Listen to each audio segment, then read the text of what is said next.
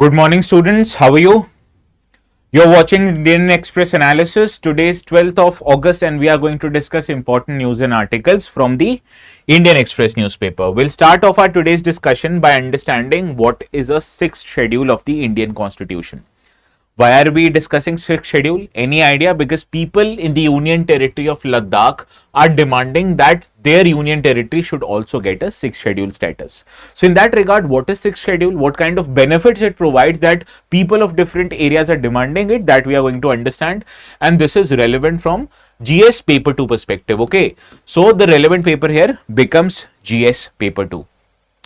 In the second article, we are going to cover a particular section of the Code of Criminal Procedure known as Section 436A, which deals with the bail given to under trial prisoners. This has been covered in the explain section, so this article obviously becomes important, and this is again relevant from GS paper 2 perspective. Normally UPSC doesn't ask questions relating to a specific provision of CRPC, but since it is in news, it becomes important from the exam. What if it asks? Okay.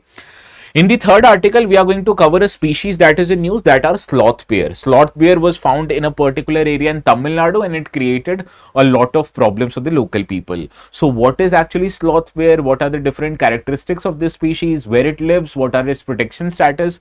Basically the HHPs we are going to find out relating to sloth bear, and makes it important from GS paper 3 syllabus.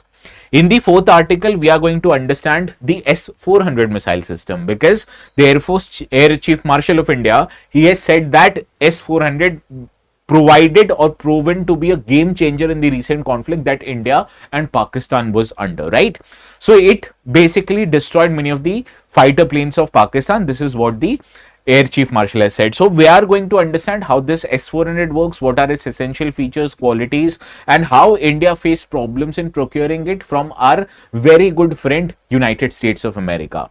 So in that regard, we'll have a discussion. This is again relevant from GS paper 3 perspective. And in the fifth article, we are going to cover, was Jaisalmer ever under the rule of Maratha Empire? This has been a source of controversy because NCERT has mentioned it, and that is why people of Jaisalmer, people of this area in Rajasthan have become quite agitated. So that we are going to discuss in our today's article. This is relevant from GS paper 1 modern history perspective. So these are the 5 articles that we are going to cover in our today's discussion. Good morning to all who have joined. Let me see who all have joined. Happy good morning, Yashi, Manish, Baga, Benjir, Shushmita, Manish, Vinodini, Venus. Venus, how was your experience yesterday? Good morning, Vinodini, Stuti, Rishi, Kanchan, Anandu. Good morning, all of you. Let me see, there are more comments. Santwana, Arya, Oshika, Reshma, Shashmita. Good morning, all of you. How was your experience yesterday, Venus?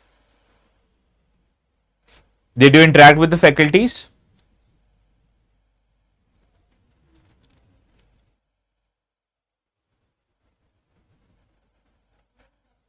You're preparing for CDS. Good enough. This session would be good for you also. Okay. Even click pictures. Why don't you share it in the group if you feel comfortable doing that? You can do that, okay? This will encourage more and more people to participate in such sessions, right? Because you can only learn so much in the online mode. You have to interact with the teachers. You have to ask them the questions which you otherwise don't in the online medium, okay? So we are going to start our today's discussion. The notes will be available on this Telegram channel, ATS Live, which you can go subscribe to it if you still haven't, and download the notes, which will be made available after the end of the class. Let us start with this first article. It says that Ladakh, or people of Ladakh by that matter, has gone on a hunger strike demanding statehood and extension of 6th schedule. So this brings our attention to the factor, what are the benefits mentioned in the 6th schedule, so that people of different regions in our country, including Ladakh, are demanding it.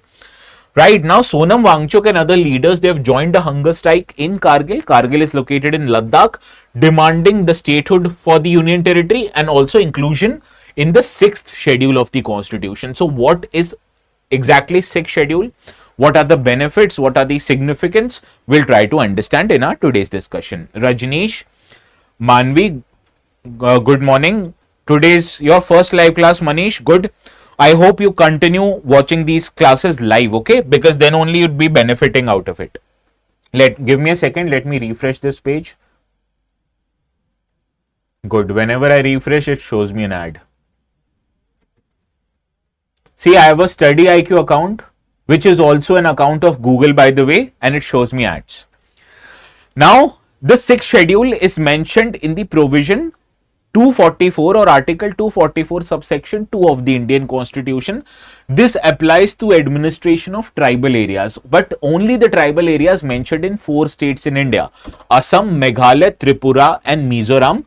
So ATMM is the abbreviation that you need to remember. Meghalaya and Mizoram are the states, not Manipur. Okay, so these are the 4 states presently where some areas of these states are under what is known as 6th schedule, and this provides for autonomous districts and regions. So tribal areas in these states, they have been categorized into autonomous districts, and if there are in one district different tribal groups living, so there is also provision of segregating autonomous districts into different autonomous regions.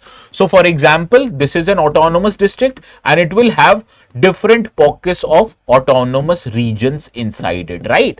So these are the tribal areas which has been designated, and if multiple scheduled tribes live in a particular autonomous district, then it is the governor who can create autonomous regions. Now the next question is, who can create autonomous districts, who can reorganize or change the boundaries of autonomous regions and districts? It is the governor of that particular state. Understood? So this was the one benefit that it provides to the tribals. They are provided a separate area known as autonomous districts and regions. Now what are the benefits of autonomous districts and region? We'll cover it, no need to worry.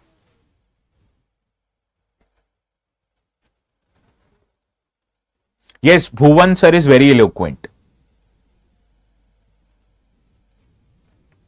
Whenever I meet him also, I find him very eloquent. Good, Venus. Good observation. Good morning, Jui. Now, these autonomous districts and councils, these are also managed by different people, right? Maximum 30 members can be constituted in autonomous district council, and out of these 34 are nominated by governor, rest are elected through adult suffrage. So these are elected members who are the part of autonomous district council. Similarly, different regions also have their separate autonomous region councils. Okay. Now, first of all, these councils are given law making powers, that they are given the powers to legislate. They can legislate on matters relating to land, forest, except for reserve forest, property, inheritance, money lending, trade by non-tribal. So these are all matters these autonomous districts councils can legislate upon. But the factor that you need to remember here, all of these laws that are passed by these, they require governor's assent, much similar to how you require governor's assent for even the laws passed by state legislature, right? So these are basically mini legislatures that are functioning. They have different autonomous functions away from the state government. Okay. Now, in addition to legislative powers, they also have judicial powers. They can set up village and district council courts where all the parties are the scheduled tribes. So in any matters of dispute relating to scheduled tribes, they can set up village and district councils, and they cannot try cases with punishment of death or more than 5 years imprisonment. So this is a limitation on their judicial powers. Smaller matters of dispute, if the punishment is less than 5 years or if it does not lead to death of people, then they can judiciate on this matter. Okay. Similarly, they also have power to collect taxes, that is power of revenue and taxation, which is a very important power. They can assess land revenue, impose taxes on trades, animals, and they can also grant mining licenses and leases, right? So these are the revenue and taxation power given to autonomous councils. Further, they also have developmental powers. They can manage schools, dispensaries, markets, etc. in their jurisdiction, and the applicability of the laws, that state and parliamentary laws, they apply to these autonomous councils, but with modification or exception. So directly whatever law has been passed by parliament or state legislature, they won't be directly applicable in these autonomous councils. These councils would have, or even the governor would have the power to modify them to suit the tribal circumstances. And governor oversight is very important. They can appoint a commission to review district administration, and this report will be submitted to the governor. So basically it is the governor who overlooks these councils, not the state government. Understood? Now, what are the benefits of schedule? First of all, it helps tribals to protect their identity and culture. Once you allow the tribals to have a separate area which is governed by themselves only, it cannot lead to other people influencing their culture. So this is very essential for protection of tribal identity. We have understood tribals, or for tribals, their identity is the most important point. So this is how we are able to conserve the identities of tribal.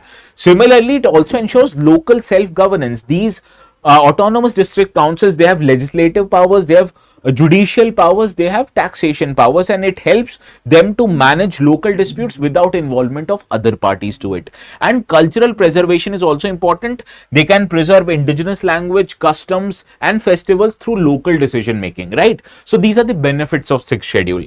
In addition to that, they are given control or complete control over natural resources. What are the main source of grievances of tribes? That other people are using their resources and they are not paying money, and they are not compensating for the use of resources. In this case, they won't have such a problem. They are also given judicial autonomy. Tribal disputes should be solved according to the customs of tribal, and many times when we apply common law to that, it might not lead to solving of disputes. Similarly, it also gives tribals the opportunity to empower themselves economy. When they are able to harness the local resources, able to sell them in the market, whatever revenue they are giving or getting, they can use it for the tribal development, right? So these are the overall benefits of sixth schedule. In addition to that, you can construct infrastructure, education. It gives them the administrative facility to adapt laws and governance according to their own local customs and structure, not to what the state or center would want, right? So these are in total the benefits given to sixth schedule. Also, you can prevent the conflicts, ensure protection of environment. These are the total benefits. Now, questions have appeared on this topic. Case in point, this 2015 question, the provisions in 5th and 6th schedule are relating to what? Can anyone let me know?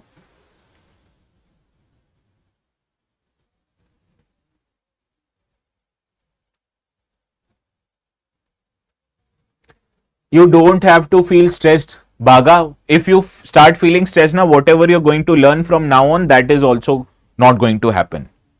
So the worst thing that you can do is put yourself in stress. Give others the stress, don't take stress yourself. Yes, protection of interests of scheduled tribes is why this 5th and 6th schedule had been put in the Constitution of India. Now, there was a question on 5th schedule in 2022. I've changed that question to suit our today's discussion. If a particular area is brought under 6th schedule, which one of the following statement would reflect the best consequence of it? I'll get out of your way, solve this question.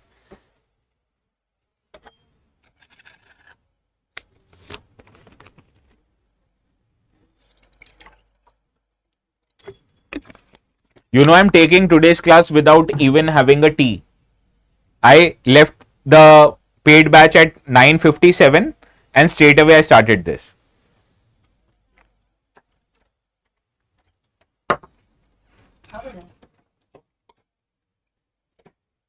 Yes, option D is the right answer. This would declare an area scheduled under Article 244. This is for schedule 5th, not 6th. Okay. This would bring area under direct administration of President of India. Incorrect. This would grant the area the status of UT with special provisions. Incorrect. Option D obviously is the right answer. All of you have gotten it right. Manish, option D is the right answer. Now moving to this next article. This appeared, I guess, yesterday in the newspaper. It talks about how can under trials be given bail, right? And this is given in section 436A of the Indian Constitution. The Delhi court, it was considering the plea filed by this person who was responsible for Augusta Westland scam. Augusta Westland AW101 were the kind of helicopters that Indian Air Force was buying for VVIP transport. And this deal was signed at the time of UPA government. But since the new government came, it realized there was financial scam involved and it cancelled the tender, right? And the person that has been found out, the responsible person or the middleman in the transaction was this person. And he has been charged under section 436A of CRPC. He asked for release under this section saying that he is ineligible he was subjected to bail, but the court has denied his bail, seeing that he is ineligible due to additional charges that he has been imposed with. What are additional charges? We don't need to care about. What you need to worry about is this particular article, and this is what we are going to talk about. Now, this section of CRPC, or the Code of Criminal Procedure, was introduced in 2005, and it deals with under trial prisoners. This provision says that if an under trial prisoner has served at least half of the maximum amount of sentence that he can be charged with, he should be released from detention on bail. Understand? So suppose if I commit a crime whose maximum punishment is 3 years. So maximum, according to this section of CRPC, I could be stayed in jail without a trial for maximum of 1.5 years. Right? This is what this CRPC section says. And this applies to offences under any law except those which are punishable with death or with one of the punishable punishments. So suppose if I commit murder, one of the possible punishments of murder is death sentence. So I won't be left out of in bail because of those circumstances. This applies to normal crimes. Okay. And it says that what is the maximum punishment? You can't keep the prisoner without any trial for half of that duration. Okay. Understood this? Now the conditions of release have also been summarized. You can't release the prisoner without any fulfillment of the condition. That says that the under trials must have been detained during this investigation, inquiry, trial for half of the maximum imprisonment, then only they can be released, and release is done on a personal bond with or without sureties. So the prisoner would have to furnish a declaration saying that I won't run away, right? And it is at the court's discretion. It is not the right of the prisoner to get the bail, rather it is the decision of the court whether they want to give bail to the prisoner or not, right? So after hearing the public prosecutor and the defendants, the court may decide to continue the detention even beyond the half term period or order for release of the prisoner on bail, right? So this is not bail as a right, rather this is the discretion of the court. Understood? Now the maximum limit under which the person can't be detained is that no person in any case can be detained beyond the maximum sentence he or she is expected to suffer. So suppose court mein तारीख पे तारीख चल रहा है and I am in jail for a crime that I have committed, and the maximum imprisonment that crime proposes is for 3 years. So I can't kept in jail for more than 3 years in any circumstances. This is what the law says. But do you think this happens in reality? Please let me know in the comments. Okay, Benjir, you commented on the video. Let me take a snapshot. I will forward it to the YouTube team. Okay.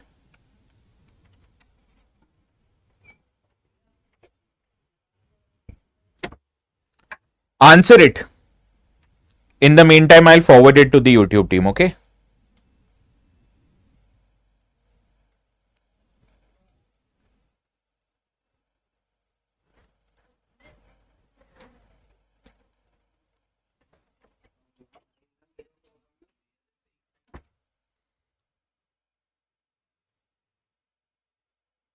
Done. Understaffed, sir. Yes.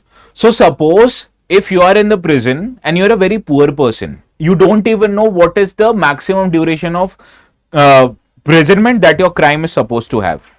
And in case if you don't even have the money to hire a good lawyer, so the chances is that the court will do tariq pe tariq and you may end up in a jail for 15 years for a crime you committed whose maximum punishment is 3 years, right? So this is what law says. In reality, it may or may not happen, right? Now, the exclusion and calculation that any detention delays caused by accused own actions have to be excluded from this half-term calculation. And applicability of special laws, the Supreme Court has held that Section 436A also applies to special acts as well. Can you let me know few of the popular special acts?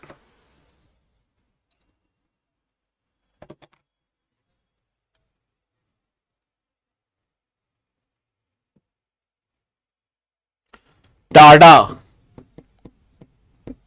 Prevention of Terrorism Act, POTA, right? These are special acts. UAPA, Unlawful Activities Prevention Act. So the Supreme Court has said until or unless the special law contains an exception, there this provision would also apply to the special acts. Okay. Good morning, Dheeraj. Now, Dheeraj, tell me, whenever you ask a question, you link 4 to 3 different questions in one single sentence. How do you think anyone is supposed to answer that question? In the meantime, everyone solve this question. In one question, he asked something related to polity, then he linked it with international relations, then he linked it with environment. I was not even able to make sense of it. Sorry to say, Dheeraj. I hope you don't mind. Sanjay Dutt was charged under TADA, TADA. I'm forgetting the full form of it, so that is why I'm not saying the full form of that act.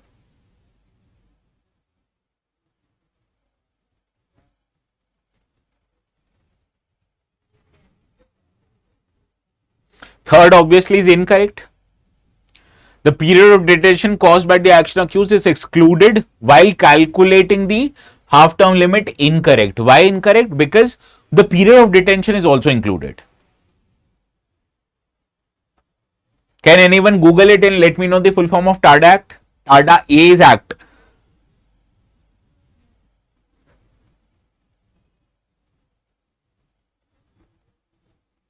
It mandates bail for an under trial who spent half of the maximum sentence in a detention except where death is a possible punishment. Only one is right. Option A is your right answer. Okay. Some of you have gotten it right. Some of you haven't. Please understand the reason why. Okay. Now keep on commenting. If you want to win this test series, keep on commenting. I forwarded your concern to the terrorist and disruptive activities of 1985. Thank you, Venus. Thank you, Rishi. Thank you, Benjir. Thank you, Mamim. So, comment on this video also. Now, I've raised your concerns to the YT department. They will handle your concerns. Okay. And you'll, for sure, one of you will win this test series. I'll assure you this. Now, for those who are new joinees, if you want to win this test series, we'll provide you one of the students this test series at free of cost. What you have to do is in the comment section, you'll have to ask a question. We'll give a question and you'll have to answer it. If you answer it correctly, this test series is yours. Not all, just one. So this is basically a giveaway that YouTubers do. Okay. Now this ecotourism site in Tamil Nadu, tourists got afraid because they spotted a sloth bear. Anybody would be afraid, let me tell you that. Why? Because sloth bear looks like this. Okay. Now what you have to understand, this Pulia Cholai ecotourism site in Tamil Nadu was temporarily closed while they witnessed a sloth bear who wandered into the area, prompting safety concerns and halting the visitors' access to the site. Now, recently there has been also very big development relating to sloth bear because sloth bear has been recommended by the Standing Committee of National Board of Wildlife that it should be included under the Species Recovery Program of government centrally sponsored scheme Integrated Development Wildlife Habitats. So, we'll first understand what is a sloth bear. Yes, ask Dheeraj. So first we'll understand what is a sloth bear, then we'll cover few facts relating to the scheme. Okay. This is the sloth bear. Okay. Now this is one of the 8 bear species that are found worldwide and this is present globally. Okay.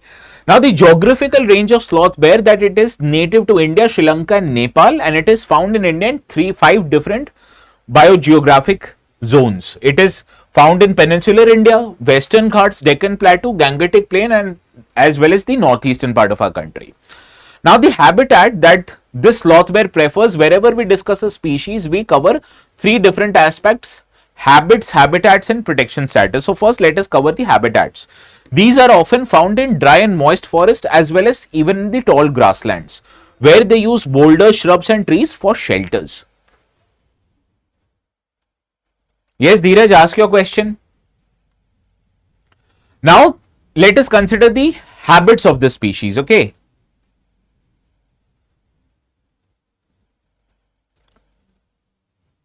Well, ye kya, also need to provide another information relating to it. This is not the kind of question that appears, at least in UPSC exam. UPSC has a standard.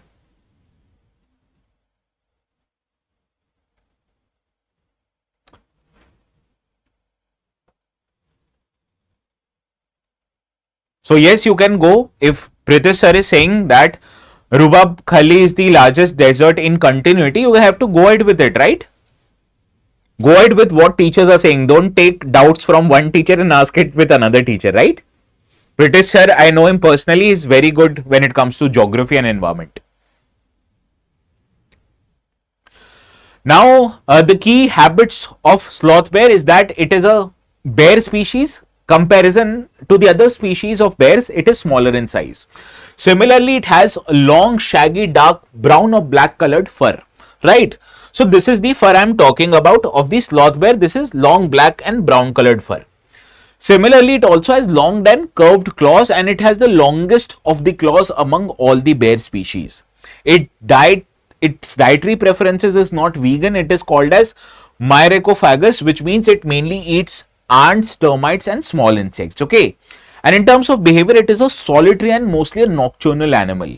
It forages late in the night and rests during the day period. Okay. And remains in a secluded area. So these are the important behavioral patterns, and you can understand why people fear sloth bears because of the claws. Do you think you'll be able to escape the claws of the sloth bear? Now let's talk about the protection status. Someone said it is vulnerable. Yes, Benjir says it's vulnerable. Benjir is right. It is actually mentioned in the IUCN red list in the vulnerable section. In WPA, it has the highest protection status of Schedule 1. Similarly, CITES also gives it highest protection status. Now, key sanctuaries where these sloth bears are available in India: in the Daroji Sloth Bear Sanctuary in Karnataka and Jaisor Sloth Bear Sanctuary in the Gujarat. Okay. Now, let us talk about the Species Recovery Program. It is a part of the centrally sponsored scheme of integrated development of wildlife habitats. It provides financial and technical assistance to state and union territory governments for wildlife conservation activities. Now, the next question is, what kind of species are protected? In total, including recently added Ghadial and sloth bear, total of 22 species have been protected under the Species Recovery Program.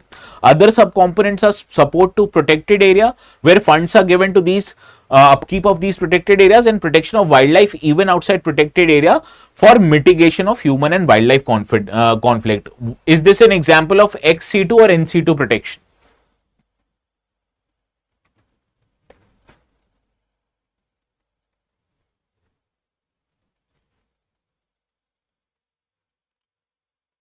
Is this an example of ex situ or in situ protection?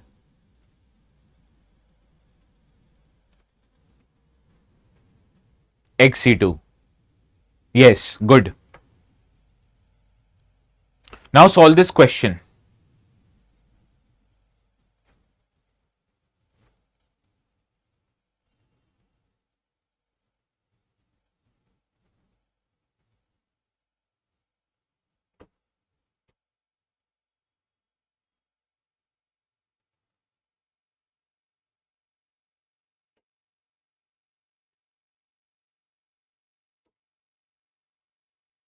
Now they have longest claws among bear species, correct. They are primarily diurnal, foraging mostly during the day, incorrect. They are listed as vulnerable and protected in Schedule 1 of the WPA, correct. So only second is not correct. We have to identify correct. 1 and 3rd is right, option C.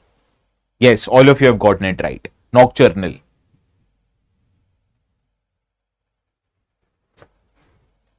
Now, how many of you are still here without any coaching, without any help, not with respect to StudyIQ, anywhere have you taken a coaching?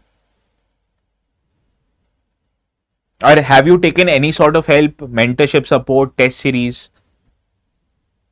Because you have to subscribe to any of it, because it will help you keep on track, right? Where do you take classes, Dheeraj?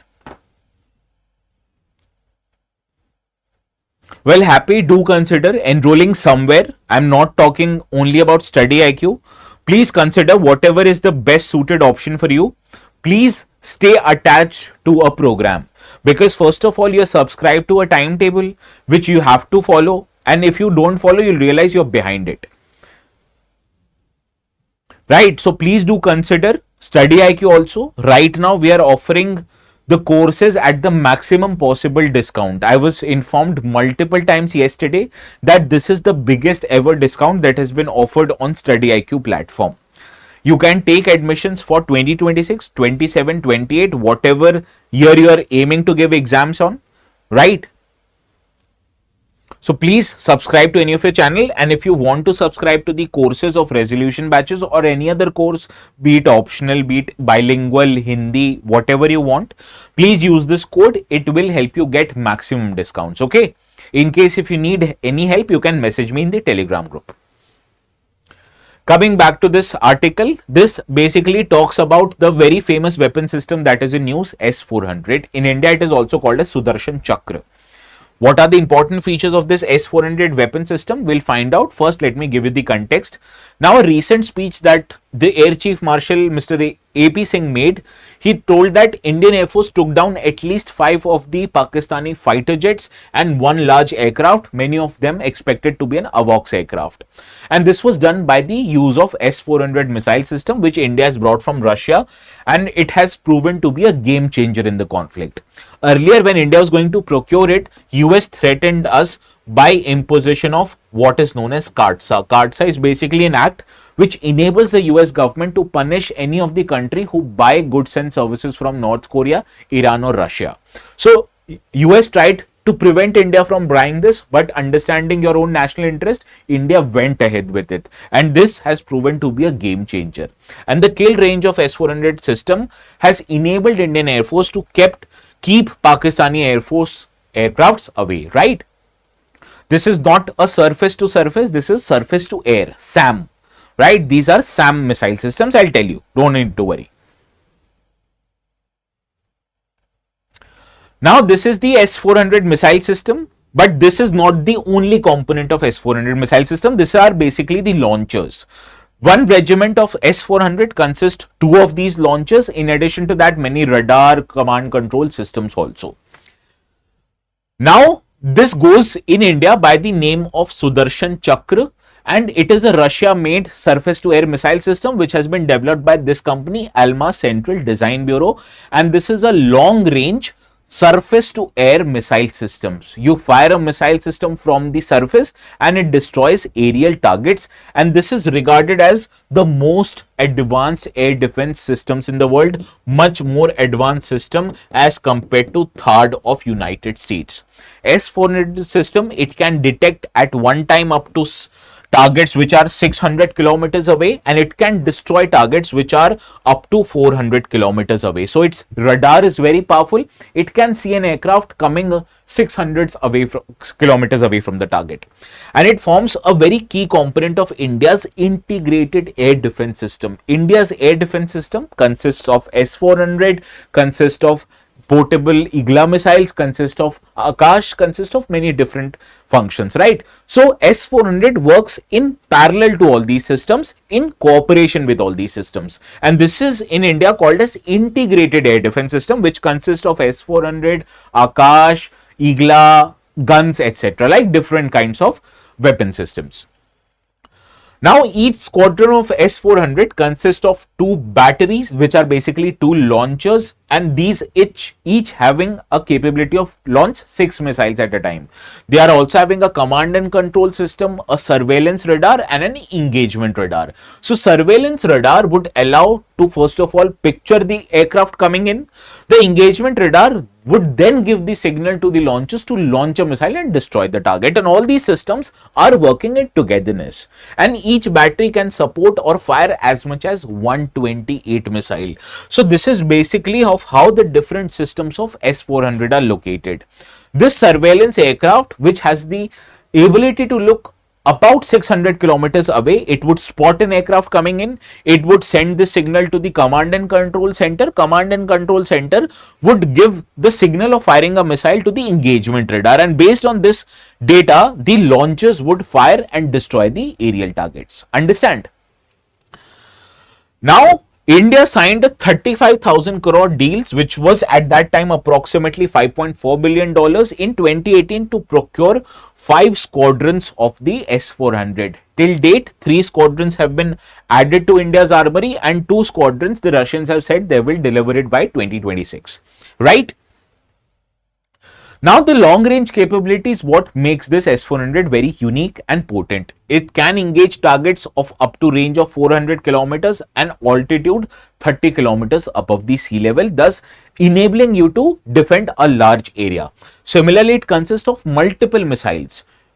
Like for an example, I told you, right? Suppose if you have go to a very densely populated area in your city, you would take a two-wheeler or a smaller car, and if you have to go to a longer distances with more of your family members, you take a big and comfortable car, right? Similarly, this missile system also consists of different missiles. If you have to fire a target which is, let's say, 400 kilometers away, you'd fire a big missile, and if you have to destroy a target which is just 5 kilometers away, you'd fire a smaller missile, right? So it comes with four different kinds of missile with ranges of 400, 250, 120 and 40 kilometers. And it also has target to multiply or target multiple aerial devices or aerial threats at a time. So it can simultaneously track up to 160 targets and engage 72 different targets at a time, be it aircrafts, drones, missiles, ballistic missiles, etc. Right? Jackson, क्या कर रहे हो? Please make me daily video. What does it mean, Jackson? Also, it has a very advanced radar and detection system. Now, any kind of a missile, any kind of an aircraft would be nothing without a powerful radar. So, this radar system employs mix technologies of radar which can detect even the stealth fighters and low flying threats, and even in the presence of electronic countermeasures. So electronic countermeasures are not very effective against this S-400 missile system. It has the ability of mobility and rapid deployment. All of these launches are mounted on a truck, so you can basically change the location at any possible time. And it is also having the ability to interact closely with other weapon systems. So it can interact and operate simultaneously with other systems, and therefore it has the ability to be attached with other missile systems also. Okay, ये current affairs video ही तो है Jackson.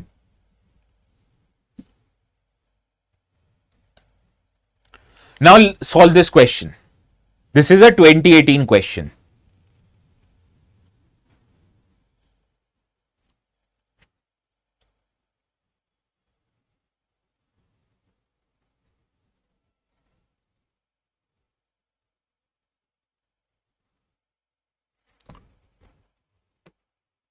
Yes, it is an American anti-aircraft and anti-missile system.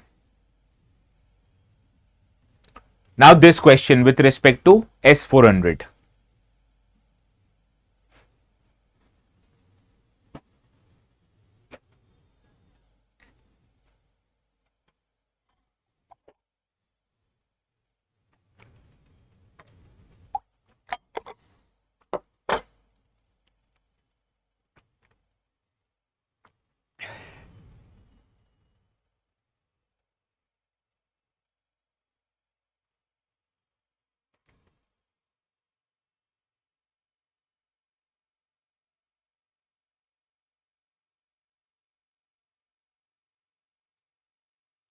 Well, this was procured from Russia, correct? Under the Defense Technology and Trade Initiative. Can anyone do me a favor and Google it?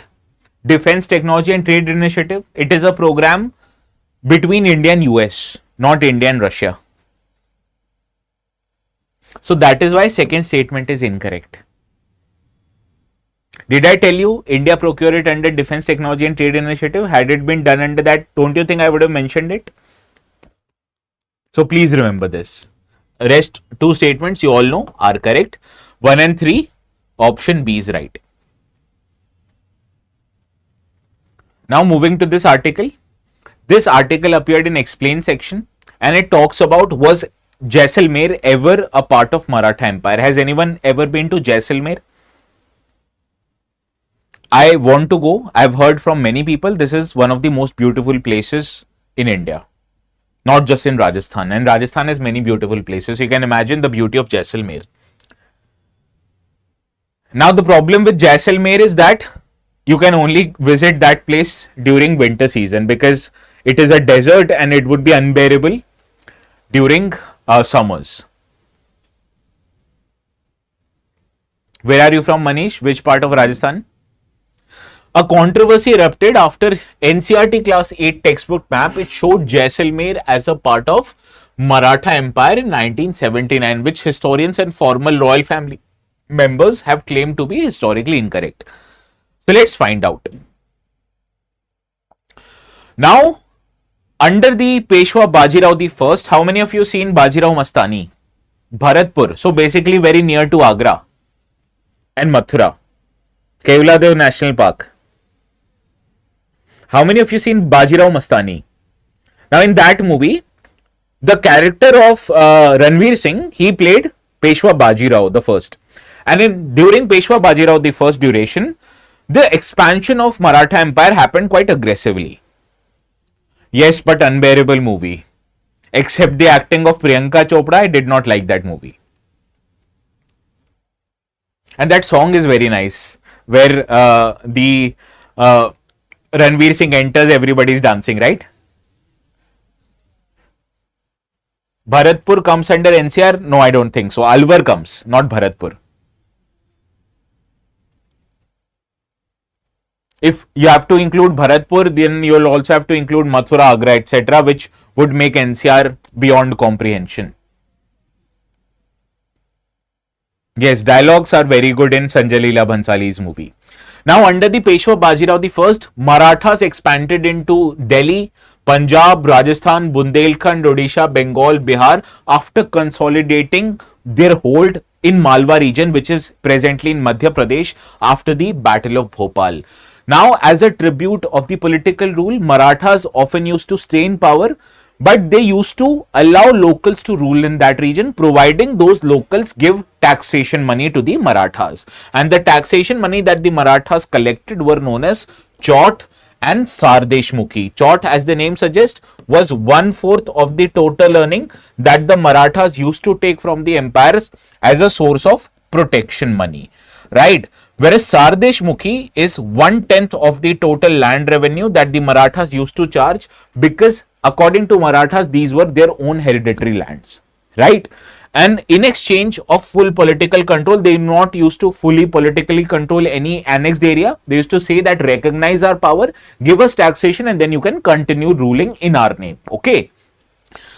Now, what used to happen, that historians agree that Jaisalmer was never a part of Maratha rule, or even not even a area where they used to pay tributes to the Maratha Empire. And Maratha expeditions in Rajasthan, it targeted Jaipur and Jodhpur, not Jaisalmer or Bikaner. These regions are called as what in Rajasthan? Anyone?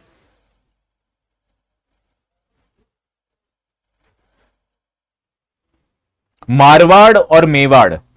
Is Jaisalmer a Bikaner part of Marwad or Marwad? Yeah, right. Not Mewad, but Malwad.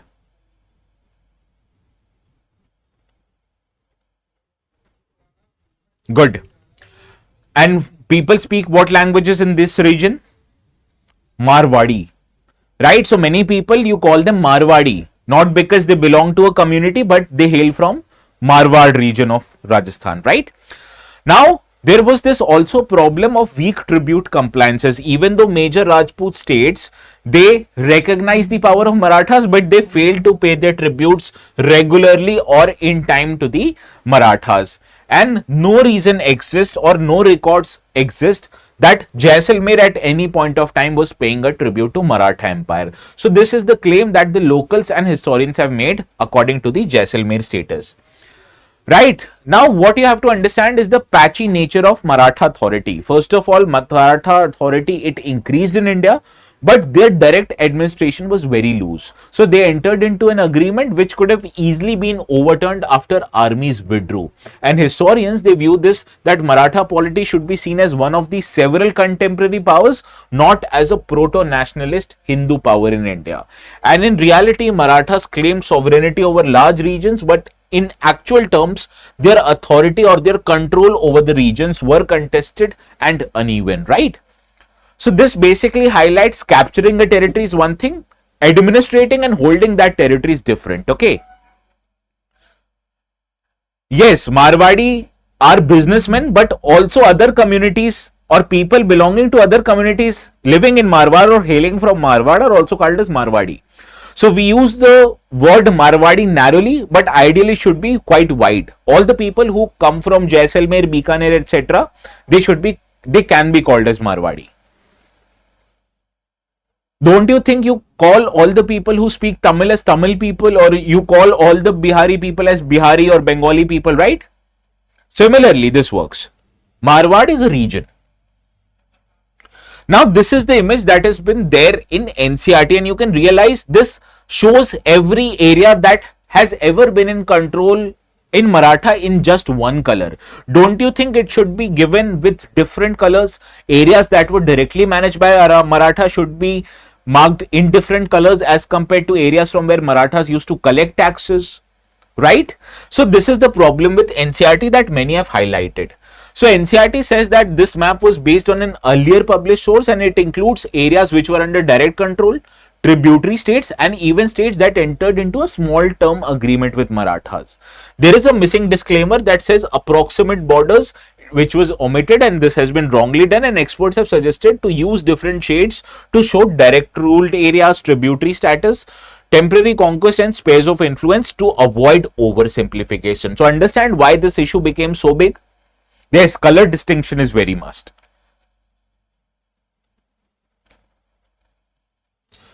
So this brings an end to our today's session. Please subscribe to this channel if you still haven't. I'll make sure to upload the notes in few minutes. Okay. So I'll see you again tomorrow at 11 a.m. sharp. Please have a very good day, and do not forget there is a AMA on Thursday, day after tomorrow at same time 11 a.m. So whatever doubts you have, start writing them. Okay, so that you will be able to recall your doubts, and also please ensure to install the clients of Zoom in your phones or your laptops, whichever you're going to use for AMA session. Okay, so bye bye, have a good day. Let's meet tomorrow.